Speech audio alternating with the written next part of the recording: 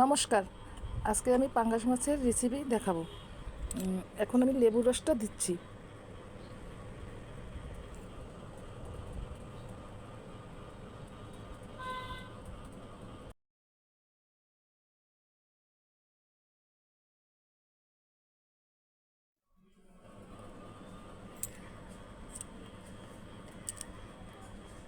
এখন আমি লবণ হলুদ দিয়ে মেখে নেব।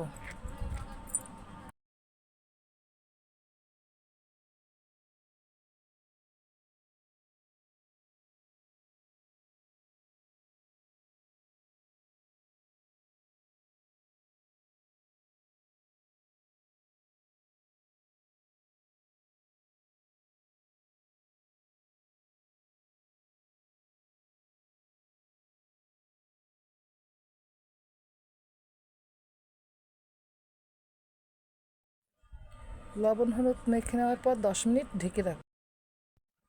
কাঁচামরিচ, আদা, ধনিয়া, জিরা, শুকনো মরিচ দিয়ে এখন আমি বেটে নেব।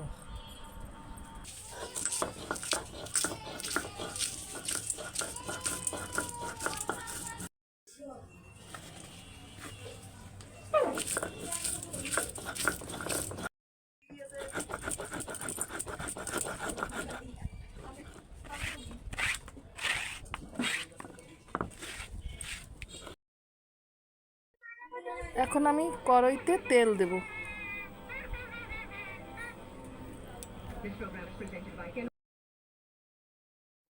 তেলটা গরম হয়ে গেছে, এখন আমি মাছটা দিয়ে দেব।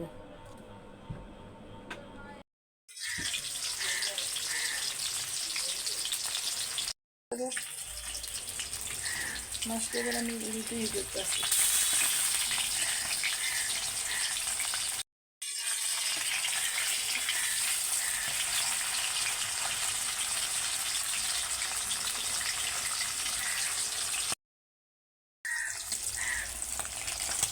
মাছটা আমি ভালো মতো লাল করে ভেজে নেব।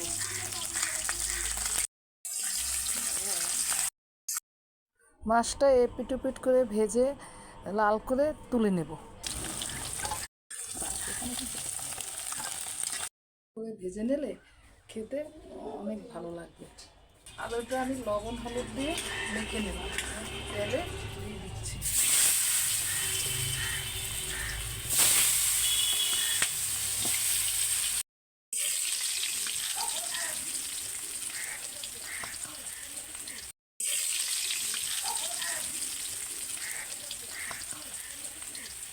এবার আমি ভালো মতো ভেজে নেব।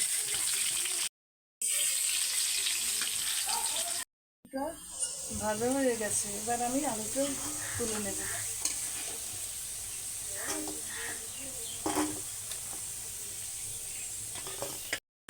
প্রথমে আমি গোটা জিরে দিলাম,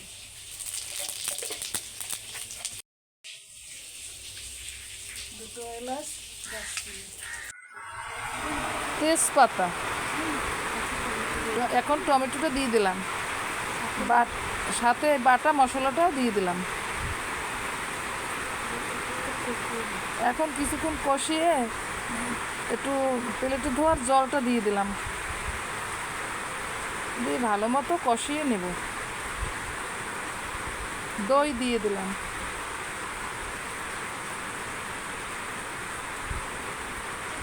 ভালো করে কষিয়ে তারপর আলুটা দিয়ে দেব। 1 চামচ চিনি দিয়ে দিলাম।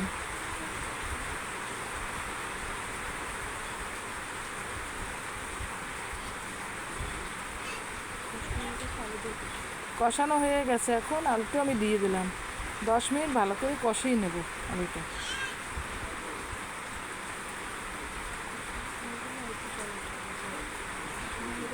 কষানো হয়ে গেছে, এখন জলটা আমি দিয়ে দিলাম।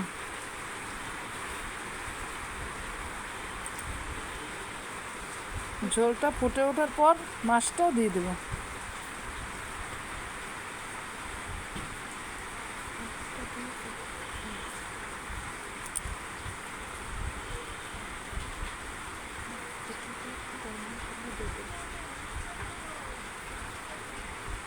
মাছটা ফুটে ওঠা আছে, এখন নামানোর আগে আগে গরম মশলাটা দিয়ে দিলাম।